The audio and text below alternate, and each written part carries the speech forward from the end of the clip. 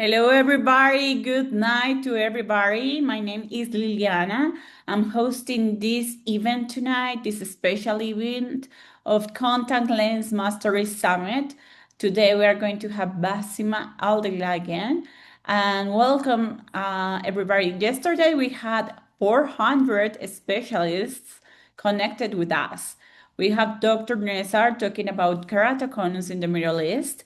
He shared with us amazing numbers and surprising numbers and the opportunity that specialists have in these terms. So, thank you for joining us again. We hope we have some people from Egypt after the match, the soccer match. But from the other countries, we had people from 32 countries in the Middle East. So we are very, very happy having you all connected, everybody willing to learn and willing to improve their careers. Tonight, we are going to talk about equipment, technology, and clinical setup. And who is with us? Tonight, we have a great speaker from Saudi Arabia, Dr. Bassima Aldelaigan. How is the pronunciation? Aldelaigan. Aldelaigan. Aldelaigan is good. So she's going to show us what the specialty contact lens practice actually looks like from the inside, the equipment, the technology, outcomes, the clinical protocols that turn complex cases into success stories. So after tonight, you won't just understand the problem, you'll know exactly what to do about it. So for the ones that were not connected from the beginning, we are the iHeart. The iHeart is a platform for visual specialists who are willing to improve their knowledge. So what we do is that we join the best speakers in the world. I mean the very truly KOLs about this industry. And there are some companies that support us to do this and to keep going and to keep growing. Tonight, we have a Spectrum International who distributes the best supplies, technology, and lenses. Most of you know them, and Excel Contact Lenses. They also sponsor these programs because they are very concerned about teaching and forming practitioners. So thank you to these two companies who made this possible to have a doctor as Dr. Aldelaigan tonight and to have yesterday Dr. Nezar. And tomorrow we are going to close with Dr. Bilal Rawashdeh, who is going to tell us about the protocol to feed scleral lenses. So these 3 nights really, really make a change in our careers and our lives is summarizing complex issues and topics. And they are coming with all the experience they have to summarize it and make it simple for us in one night. So Dr. Bassima, the floor is yours. Welcome to this special night. Good evening, everybody. And thank lecture, the second lecture of a series of coming lectures.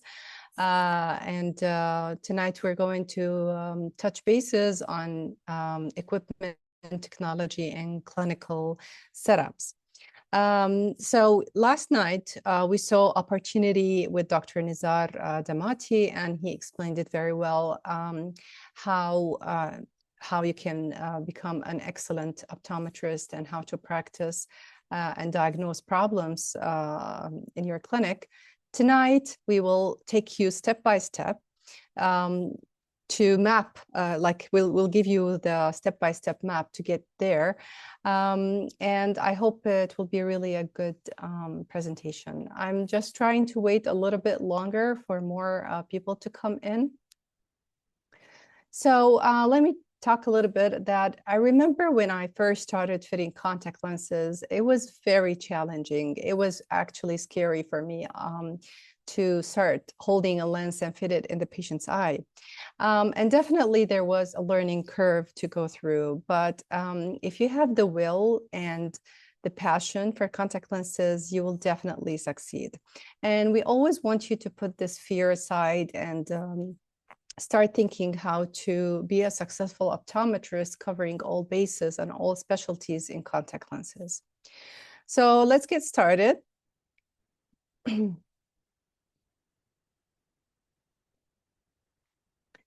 So you have learned contact lenses in your optometry school, and many clinicians think about starting a specialty contact lens clinic. They think that they will need a fully equipped clinic. They will think that they need to buy very expensive instruments and machines, something that will break the bank. So we want you to understand that this is not necessary in the beginning, and if you work in a solo practice where you are on your own, and you really want to start fitting contact lenses, you can do it in the beginning without these very expensive instruments until you become more advanced and become an expert. Then you can definitely start thinking of more expensive instruments. There are some essentials and there are things that you can get later. So you have to start somewhere if you're really willing to do contact lenses, because if you always have this intimidation, you will never start. And I do have this feeling from many of my interns and students who always have this scared feeling of touching the contact lens and insert it in the patient's eye. So some of the common thoughts that might come to your mind that I don't have all the equipment. I don't know which specialty lens to choose. I'm worried I won't succeed with my patient. So what I can tell you is that if you are a beginner, we will guide you on how to start. And if you have been practicing for a while, but you still need some guidance, we will help you too. But you should start at a certain point. So in contact lens, as a contact lens practice requires a little more than just a standard eye care equipment clinic. There are minimal essentials that needs to be available in addition to your essentials in your clinic. The advanced technologies are valuable investment, that's for sure. And we all love it. And it's something amazing to have. It will make you more comfortable and more confident, but they are not essentials in the beginning. In this presentation, this is what we will provide: an overview of the key equipment, the imaging technology, and the clinical setup for a successful specialty contact lens practice. So what do you need to do as far as equipment? Every optometry clinic should have the basics, which is basically a slit lamp, a phoropter, projector, lens meter, retinoscope, ophthalmoscope, your trial lenses, your flippers. You need your conversion charts, definitely, if you're practicing contact lenses. And you need your contact lens solution, saline, things that you can definitely afford and something that you can have it available in your clinic. You need fluorescein strips, radon filters, and every clinic or every contact lens clinic must have an autorefractometer to make your life a little bit easier. So at this point, you don't need still, as we said, the expensive topographers, the OCTs. All you need at this point is a good slit lamp techniques and an excellent refraction skills. And of course, you need to have a good understanding of the fundamentals of contact lens fitting. My advice to you, if you are a beginner, you should start always with soft contact lenses. Once you covered bases with soft contact lenses, you can definitely then move to a more specialty contact lenses and RGP. But the beautiful thing about starting with soft contact lenses, it built up your confidence in insertion removal lenses, in contact lens care, understanding parameters and understanding changing these parameters. How does it affect the end results. You understand the modalities. If there is any contact lens complications that might happen, you will have a good understanding of them. Once you are ready and you feel like you covered everything about soft contact lenses, now it's time to move on to RGP lenses. And now when you are moving to RGP lenses, you also you need to start gradual. So you need to start with the early to moderate cases of keratoconus or irregular cornea.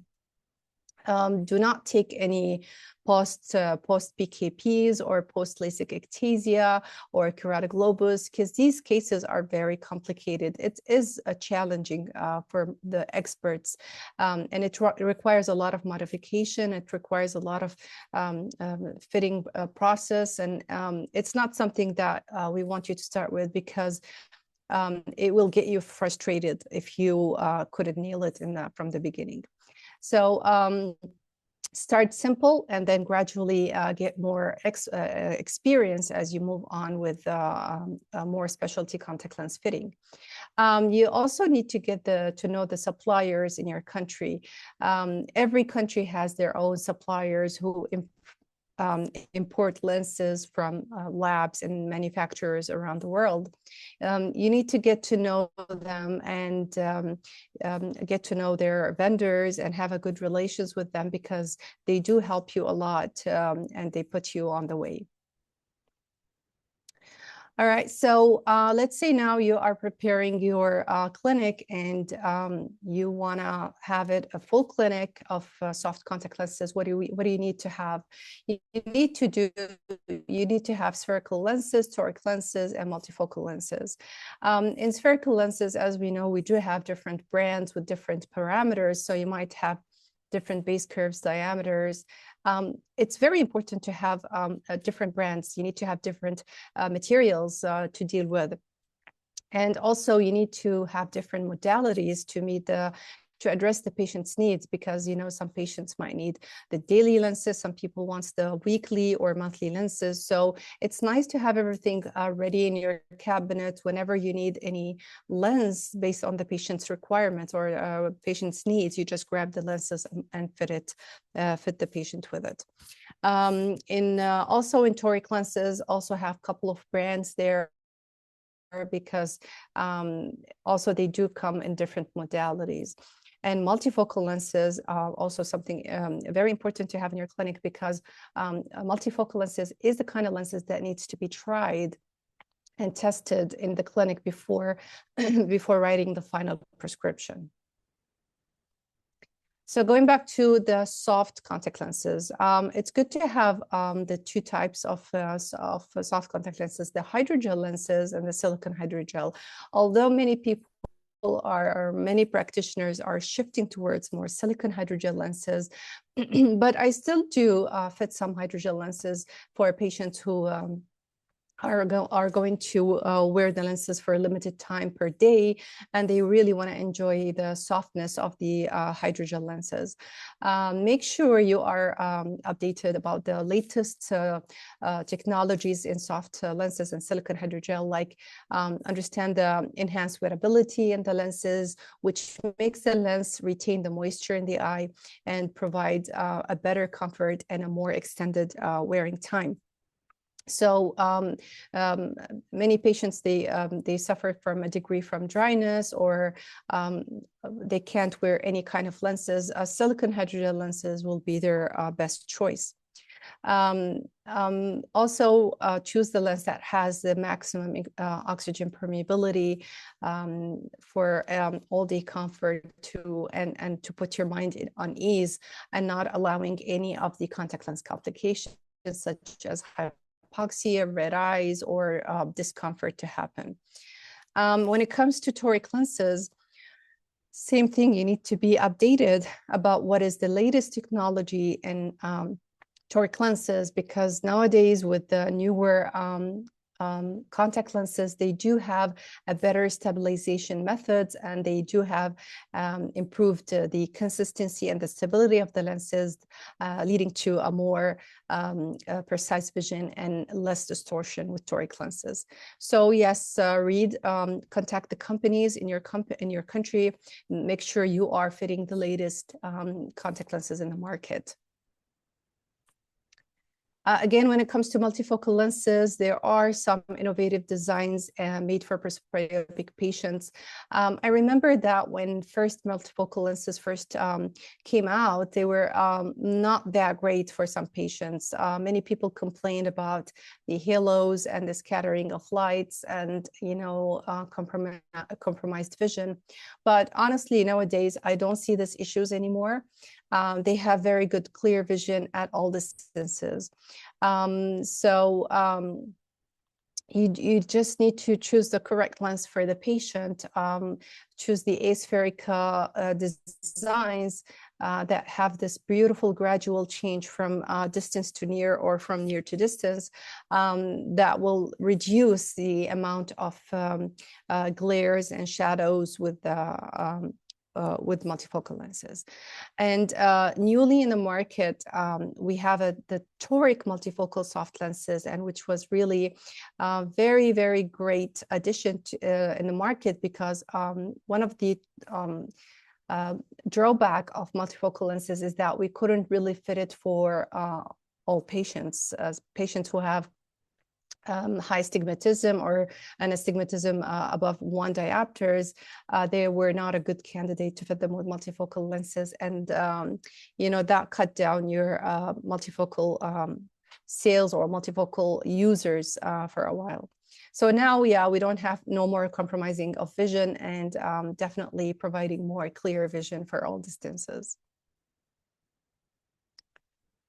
Speaking of multifocal lenses, now you have them in your cabinet. You just need to target a different group of people. And that's when you want to do the myopia control contact lenses. So if you have multifocal lenses, you just not only target the presbyopic patients, but you also can target children and teenagers to control their progressing myopia.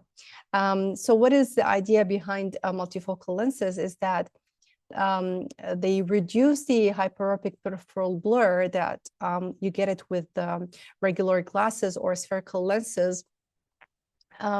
So they reduce this hyperopic peripheral retinal blur, and they turn it into a myopic defocus to slow or stop the axial length elongation. And also, when you're choosing your myopia control contact lenses, there are different designs. You have the aspheric design, which is basically also used, as we said, for presbyopia. But in the myopia control purposes, you need to use the center distance contact lens mainly.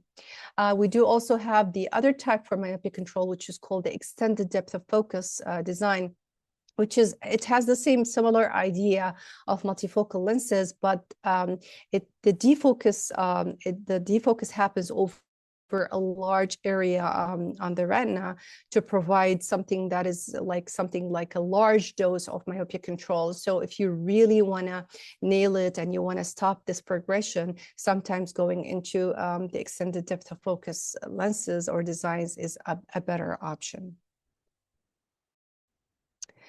All right, here now we're done with soft lenses that you need to have in your clinic. And once, as we said, we are confident and you're sure you covered everything and you're good to go and you have a good patient base, you're starting making your name that you are a contact lens fitter.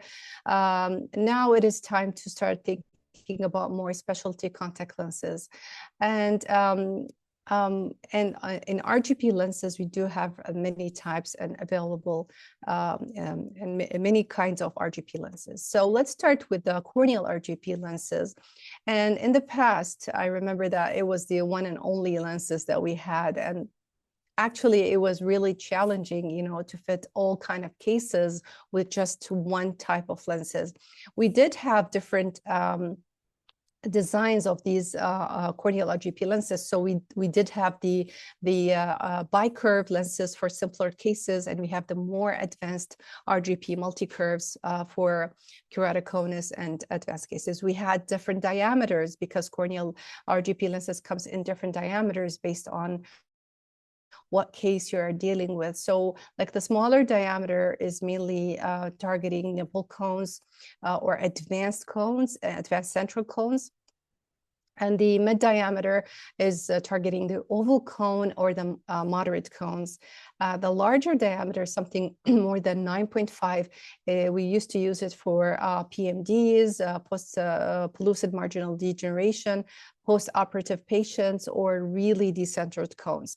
But we always had problems with, like, especially those PMD post-operative and decentered cones, that we had problems with the centration, with the comfort, but that was the only thing that we had.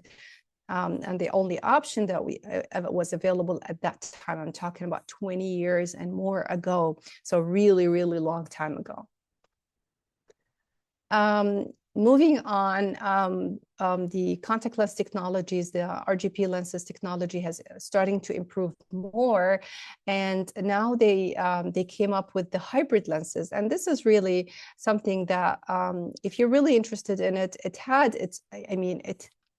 is a successful lenses, and 10 years ago it was a very popular lenses, and 10 years ago it was my go-to lens because we are not having any issues with the corneal RGP discomfort anymore, or the sensation. With these lenses, we have the comfort and of these soft lenses, and we have the very crisp and excellent optics with the coming from the RGP part. So it's a center hard or RGP lens, and surrounded by a soft skirt or a soft lens. And I still do have a few patients that they still ask for it, and we still fit it. And to be honest with you, the fitting process, or the fitting process for these lenses is really simple. I mean, it's very clear, and it's very well explained in the fitting guide. You just need to follow it step by step. So if you're really interested in trying these lenses, you have to contact the supplier and get going. Now here comes our the most favorite and the most used type of RGP lenses, which is scleral contact lenses. Yes, it is the most common now, and it's been really advancing rapidly in the last, I would say, 7 to 8 years. We have seen a lot of improvement in the designs and of these lenses, and we are very happy with what we have right now. So as for the scleral lenses come in different categories. So we do have the corneoscleral lenses, which is ranges in diameter between 13 and 14.5, and the mini sclerals, which ranges between 15 to 17 millimeter, and the true sclerals, or the scleral lenses, which is 18 to 23 millimeters. The thing is that if you're a specialty contact lens clinic, you need to have all of these in your clinic, especially the mini sclerals and the sclerals, because they will cover almost all your patients' base. So for keratoconus and irregular cornea, a 13 to 18 millimeter is a great choice. They cover almost all kinds of irregular corneas. And for ocular surface diseases and severe dryness, we do use the larger scleral lenses to cover the largest area of the eye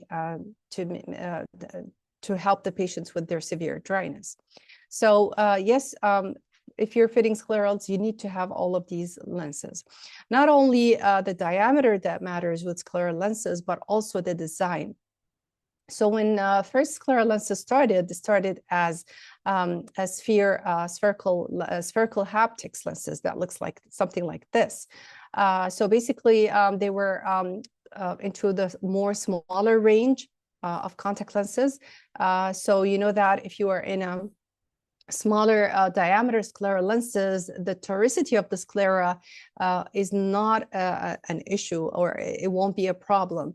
So we fitted spherical haptics for really quite some time, and we we were very successful with it until we realized that no, we will want something bigger and something more, especially if you have a really advanced cone that you're dealing with, or a very crazy PKP or a crazy graft that you're dealing with. So you need to go into a larger diameter lenses.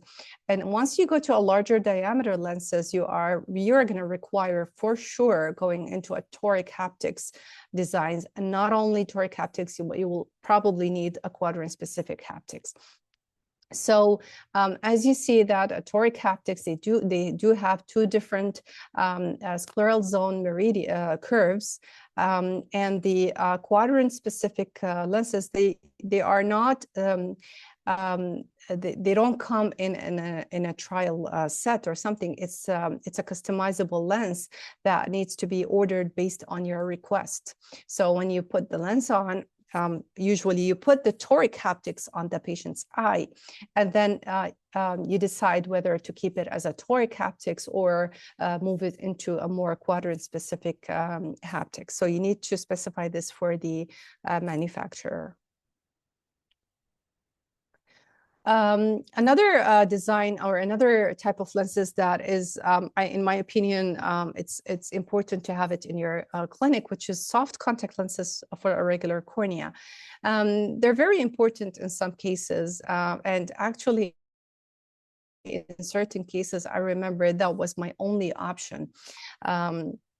You need to have at least one brand in your clinic. It's a silicone hydrogel lens with an aspheric toric design and adjustable peripheral curves. So why did I say it's important? Because they do have their candidates. So like patients who are struggling with scleral lenses, insertion, removal, they have the really, really small eye fissure. They cannot open their eyes widely. So anybody who struggles with scleral lenses, soft contact lenses for a regular cornea can work.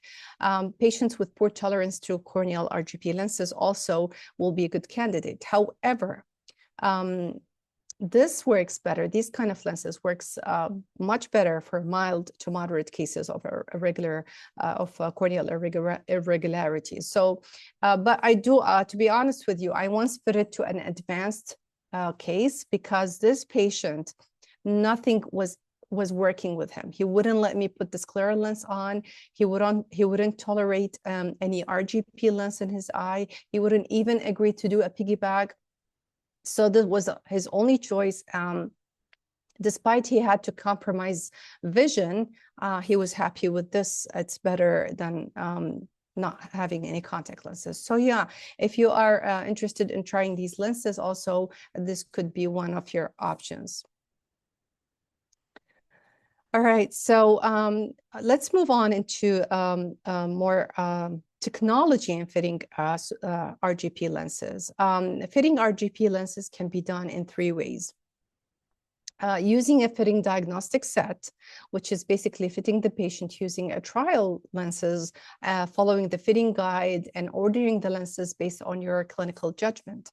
So if you see in this picture, this is me doing all the hard work and doing everything from insertion to checking the fluorescein pattern and making the adjustment, making the orders. So, so this is one way. The other way is an empirical scan-based fitting, which we call it the free-form approach. So it is a fitting approach in which the practitioner customizes the lens design based on each patient's unique ocular anatomy. So by using advanced technologies and advanced tomographies. So as you see that a very well defined scan is taken for the eye, and then empirically you can order the lenses. The third type is called the impression based. Let's go over them one by one. So in set or trial set, so you start with an initial lens from your trial set, follow the fitting guide. You have to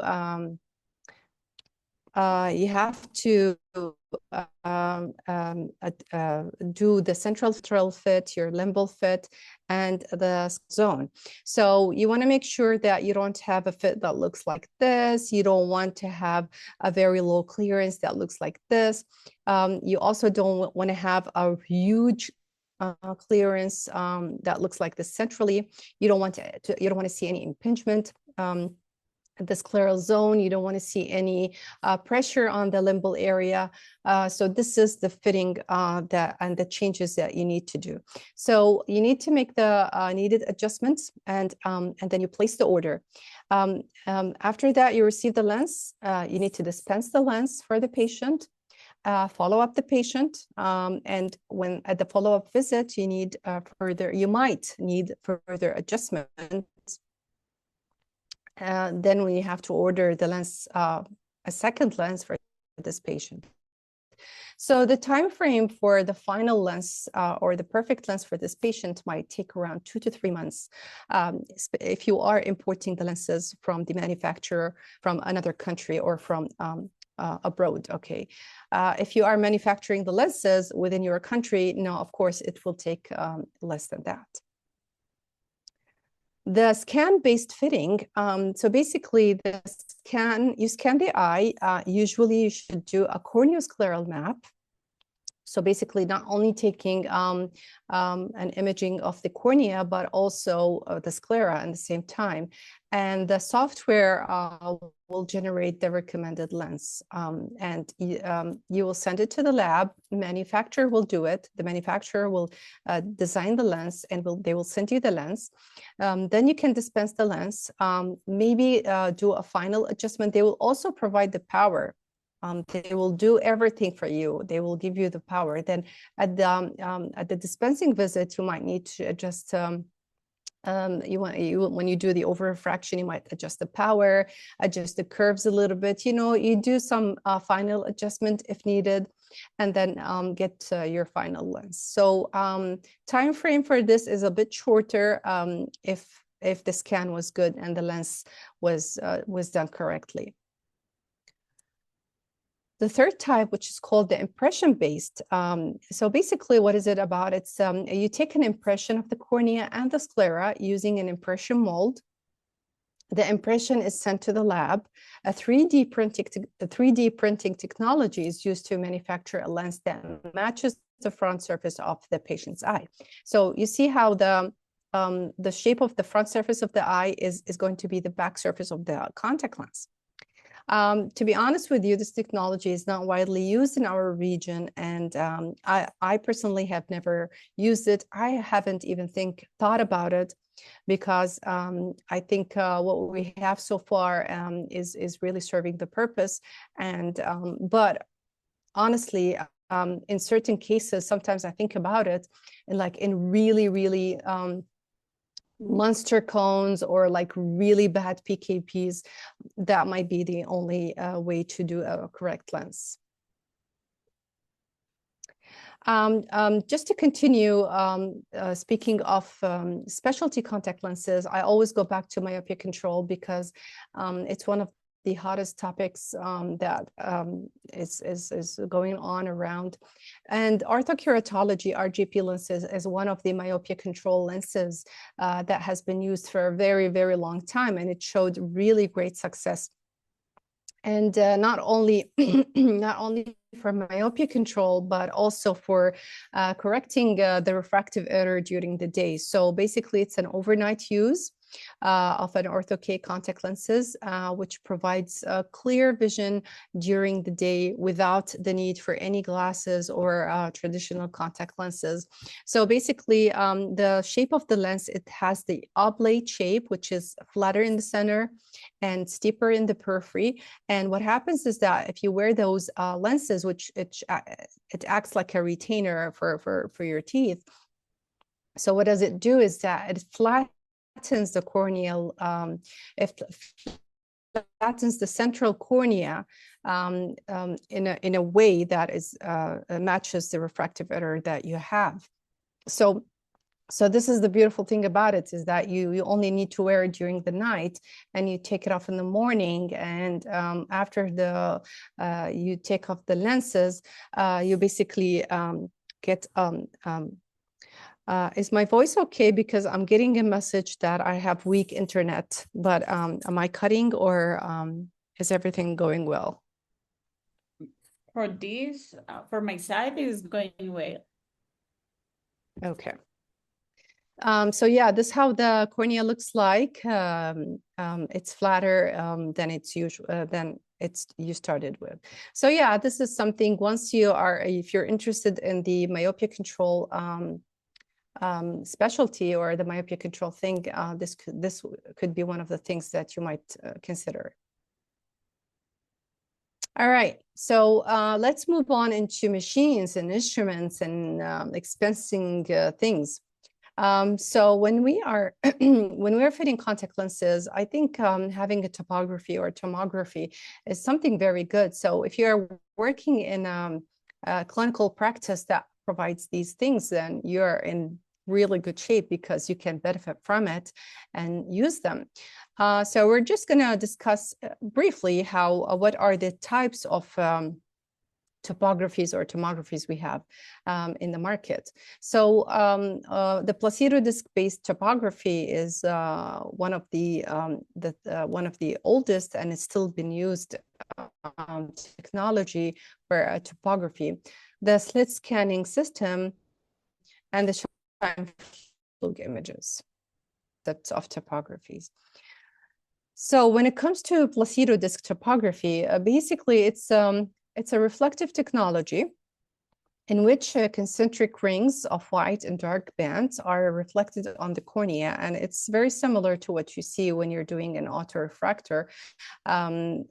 It's basically shining or reflecting the Myers in the machine to tell you what's going on in this cornea. So the system software will analyze these rings and calculate the distance between the rings. Then it will generate a color-coded map of the anterior surface of the cornea. So what the machine does is that for example, if they look at this Myers, they think, wow, these Myers are kind of like regular, they are equal, they're kind of like more oval shape. Like in this example, this is a more oval shape kind of Myers, but it's pretty much regular. So that gives you the impression that this patient has a with rule astigmatism. And if these oval Myers are in the opposite side, they are horizontally, then you know that you're dealing with an against the rule astigmatism. But if you look at this, for example, and you see that the Myers are really crowded in this point and they are close to each other, then they're telling you that this is a steep area or a more a crowded area. That means it's a more steep area. So that is an indication for keratoconus existence, or an ectatic cornea. So this is just the idea behind Placido disc. Very simple, very straightforward. What's the advantages of this technique? It's very accurate measurements, and it gives you really beautiful image of the anterior surface of the cornea. The disadvantages of these techniques is that if the patient has a poor tear film or dry spots, it might cause distorted Myers, which will lead to giving you a false positive irregularities and steep spots. So the machine might understand it as a crowded area. That means it's a cone. But if you ask the patient to blink a couple of times and shoot again, it will give you just a very regular cornea. The other downside of this machine is that it lacks the information of the posterior surface of the cornea. And this is something that not only ophthalmologists need it. Of course, ophthalmologists, they need it so much nowadays, but we also need it when it comes to fitting scleral lenses, more than just the anterior surface of the cornea. I'm not going to be talking about the the slit scan system, because I don't see this around anymore. Do you remember? It was called the Orbiscan. It's been used for a very long time, and it was a great thing. But once the Scheimpflug thing came, the Scheimpflug imaging came, it just it became the most popular tomography machine, and it just gave you all the information you needed for the cornea. So what is it exactly? It's a cross sections of the cornea, and the results will be a map of the anterior surface, the posterior surface of the cornea, and the corneal thickness. So all the information that any eye care provider will need to understand what is going on with the anterior segment of the eye. It gives you also a measurement of the anterior chamber. That's very useful for ICL implants. It measures cornea from limbus to limbus. So you do have a 12 millimeter mapping of the whole cornea, which is basically will tell you about suture places, where cone place, where everything you need to know about the cornea is just giving it to you in 4 beautiful maps, which is the axial sagittal map, the anterior float, the posterior float, and the pachymetry. So why did I say we need it for sclerals? We do need it because I like to look at the elevation, the posterior elevation map, because with the posterior elevation map, it tells me what are the high points I'm expecting to see when I'm fitting my the scleral lenses. And in our series of lectures with the iHeard and Contact Lens Summit, you will learn more about these technologies and understand them very well, and you will understand these maps in a very detailed way. Here, we're just giving you a brief.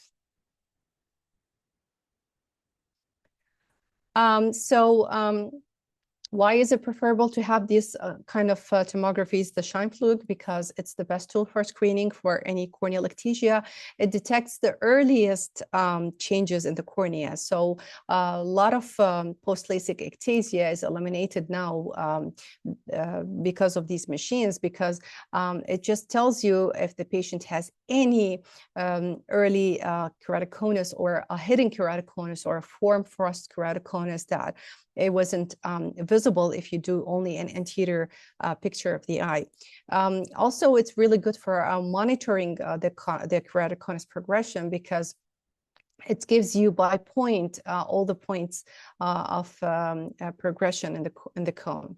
Again, for refractive surgery, PKP suture removal, and as we said, for our contact lens fitting, specifically scleral lens fitting. Our third type of topographer is the scleral topography. So basically, we're not stopping at the 12 millimeter here from limbus to limbus. Now we're just going beyond the limbus here, and we're fitting 18 to 22 millimeter of, so we're scanning up to 18 to 22 millimeter of the eye, which is basically whatever we need to fit scleral lenses. Majority of scleral, as we know, that majority of sclerals, they do have an asymmetric topography. So the horizontal sclera is different from your vertical sclera. So if you are fitting scleral lenses, you need to know about the toricity of the sclera you're dealing with. And as further as you go towards the away from the limbus, the more toricity you are getting for these sclerals. So these scleral topographers, they can map out the scleral surface and provide the patient with the custom designed lenses. When we talked about the freeform lenses, it tells you what is the best lens needed to be manufactured. So as you see here they give us some recommendations of the lenses, the sagittal height, the base curve, the diameter, the edges, whatever the peripheral curves, the width, the peripheral curve 1 or 2 or 3, all of these things are provided just by a simple scan of the topography. So after having this topography, just the manufacturer is just going to send you whatever the lens, the machine generated for you. So once the scleral surface is mapped, the best fit lens is generated and available to be ordered. So yeah, it's a beautiful thing and it cuts down the work. That's the benefit of it. Why? It cuts down the chair time for the practitioner. As I remember that when we first fitting scleral lenses, we were told that you need to have the patient wait for an hour after you insert the first initial lens. And who really have this an hour to wait in the waiting area, and which practitioner have this hour to waste on each patient? So I think it cuts down a lot of chair time for both the practitioner and the patient. Also, it maps out any lumps or bumps in the sclera. So any pathological elevation found in the sclera, like pterygium, filtering blips, shunts for glaucoma patients, tubes, all of these things, they know it, they read it, and they just, they overcome it. They tell you that we need this type of lenses in order to fit this bump or this pathological elevation.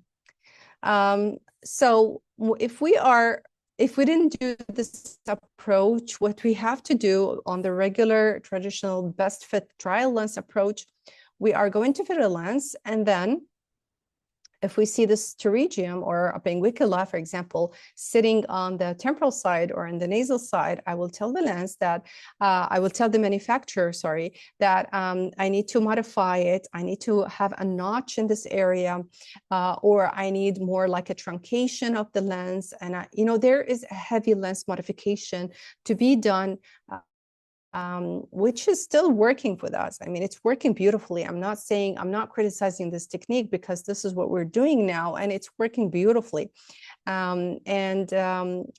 It's still, but it takes a longer time to do it, and a lot of measurements to take in consideration.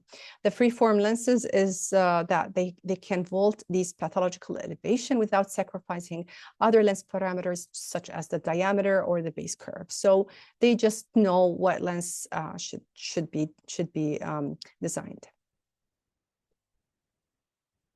Another great machine, another something that if you have an anterior OCT in your clinic, then you can do a very nice fitting approach. You don't need a free form at this point. You just need to put your diagnostic lens on and send the patient to do an anterior segment OCT, where it's going to tell you precisely how much clearance you have and how much clearance by the microns. So for example, looking here, this the machine is telling us, the OCT is telling us that you have a clearance of 75 microns, and here you have about 120 microns clearance. So you will say, okay, so I for this lens, of course, if you want to do this approach, or you want to do or perform OCT over the contact lens, you need to have the lens settle first.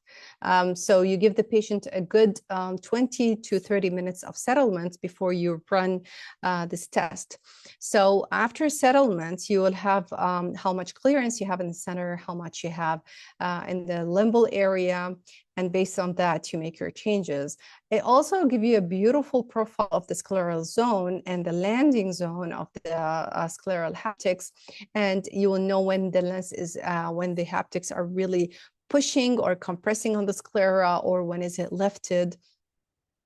And definitely you can always do the adjustment based on your scan. So I find this is really fascinating, and I do use this techniques in complicated cases if I have the time. If I don't have the time, I just look at the lens in the patient's eye and estimate the adjustment that I want to make, I want to change, and just request the lenses, have it come back, then make a further adjustment. So it works both ways, and you decide what way works for you the best. So we're coming to the end of our presentation, and our takeaway messages here is that scleral topography or profilometry can be an excellent tools both for those practitioners who are new to contact lens fitting and those who are experts in fitting. Technology always makes your life easy. Technology always makes things more accurate. So it eliminates the traditional fitting process if you are not interested in doing that, and empirically providing either the best fit lenses or the free-form lenses that matches the ocular surface. This can help you save the time and the money while ensuring the optimum comfort and vision for your patients. But you can work without them. And this is what we did for a long time without them. And maybe that's what built up our experience, that we didn't really need all these advanced technology. And this is what skilled us in fitting those lenses. In conclusion, you know what you need to get when you get it. You know what you need to get and when to get it, and how to build this in your in faces, and you know what lenses to start with and what to keep for later. This is your decision too, and you know which patient you should accept and which patient you should refer to a specialist. Also, this is a wise decision that you should be making. And also, what I really want to emphasize on the continuous learning, and contact lens courses are the key elements for learning contact lens fitting. You learn from the experts, and then you practice on your own, and you learn from your own mistakes. This concludes what I wanted to share with you this evening. And please join us tomorrow as Dr. Bilal Rawashda is going to walk you through the complete fitting workflow step by step. And by the end of tomorrow's class, or class number 3, something special will be announced, really something very special. So I'm sure you really want to attend to know what's the surprise at the end of the lecture or the presentation, especially for those who wants to go even deeper and deeper in the contact lens process. And thank you so much for listening, and I'm happy to have any questions now. Thank you, Dr. Bassima. That was great. It was amazing. Very good explanation. Very interesting. And comments are flowing. Thanking you and showing how good it was. Yeah, we have 2 questions. One was about, let me go after. Yeah. Dr. Sadia said, is the OrthoK lens comes always as a hard lens or can be as soft as well? What is it again? What kind of lens? OrthoK lens comes always as hard lens? Oh yes, orthokeratology is an RGP lens. This is an RGP lens for myopia control, but you do have different types of lenses for myopia control. As I said, the multifocal soft contact lenses is used for myopia control, but the orthokeratology, it is an RGP lens. Perfect. Dr. Bilal was also answering in the chat. Thank you, Dr. Bilal.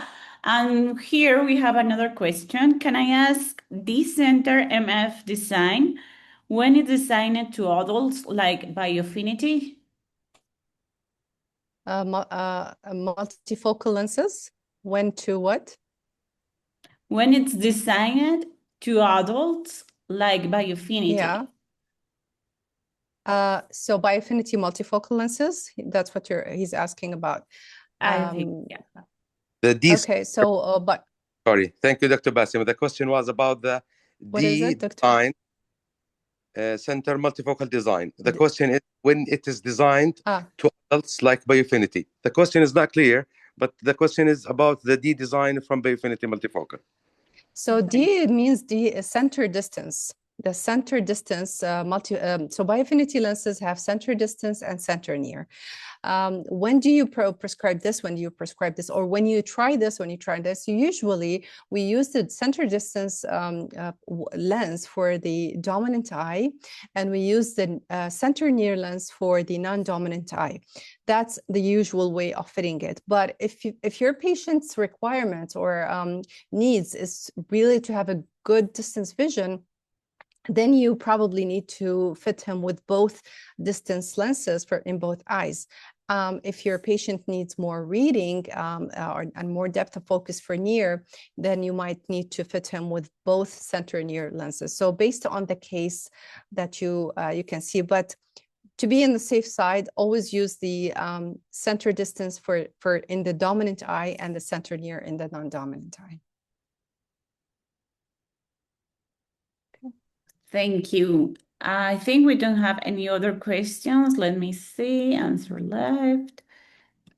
Yeah.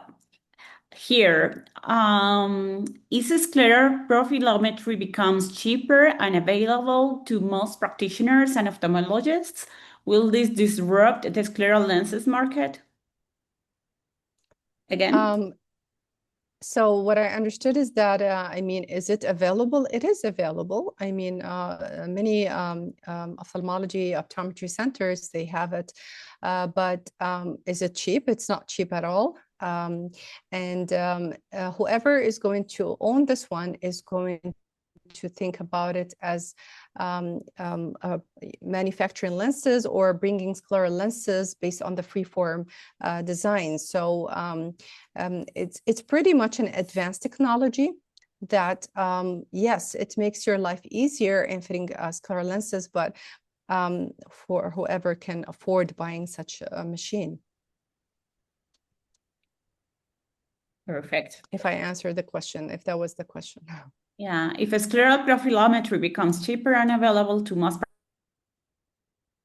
the scleral lens market. Yeah, perfect. Other question, let me see. Thank you everybody for joining us tonight. I know it was a difficult night to connect, but I'm very, very happy to see 100 participants. Let's see if come. 2 nights down now and 1 left. Dr. Nessa showed us the scale of the problem. Dr. Bassima showed us how to build the practice. And tomorrow night, our optometrist Bilal Rawajdev, who was talking tonight, also answering questions from Jordan, closes the summit with the piece that makes everything else work. As Dr. Us know what actually happens from the moment a patient sits in your chair for the first time all the way through long-term success. So first feeds, follow-up systems, what to do when things don't go as planned, how to build a patient relationship that lasts for years. And there is where clinical knowledge becomes clinical mastery.